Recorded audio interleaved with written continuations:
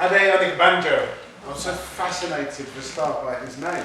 This has a musical instrument in it, which is a wonderful start to coming up on stage, certainly in my eyes. Mr. Toastmaster, fellow Toastmaster, welcome guests. The purpose of an icebreaker is to introduce yourself to the club. And let's say without any doubt, Ade introduced himself barnstormingly to the club. He set us up right from the beginning with humour, put his birth in historical context and importance, and made us all laugh to start with, and got us on his side and got us relaxed. And I have to say that Ade's speech had all the hallmarks of several speeches from different projects throughout the competent communicator member. First of all, he connected with the audience by looking at him. Started off this way, came and talked to us over here.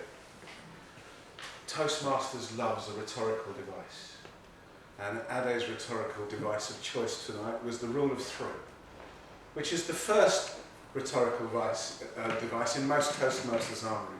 There are many, many more rhetorical devices, and this is advice not just for Ade, but for everybody. Go out and read a book on rhetoric.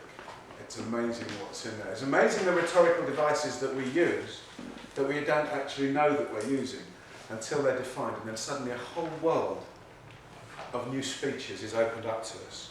So you've got connecting with the audience, we've got rhetorical devices. The three he used were 3 skills in Nigeria: cutting the grass, snakes, and thievery.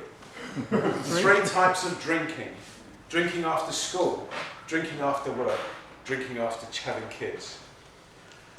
It's his stagecraft, his characterisation of the Doctor, using very specific staging.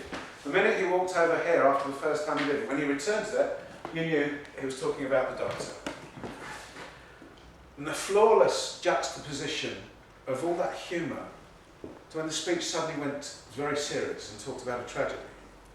And he slid from one to the other without missing a beat, and not a jarring note in it, and just with such flair.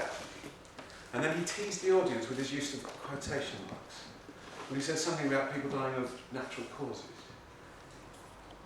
Now that makes me think there's another speech there, just in between those quotation marks. And then it became an inspirational speech. We talked about his transition from being a slob to an athlete, and his call to action: do a marathon or a triathlon. Those are all the wonderful things. Now, Ade, I absolutely agree with your self-evaluation. Pacing, vocal variety, although signs of that with the way you characterised the Doctor and the way you laughed and brought that laughter out.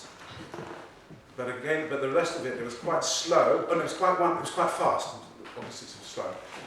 Quite fast and sometimes difficult to catch the words. So you need that vocal clarity. You have time to slow down. And I would say, ladies and gentlemen, that Ade, in summary, is a polymath in the making. He is an intellectual. All of these things, I'm assured, by Professor Google, are the opposite of nincompoop.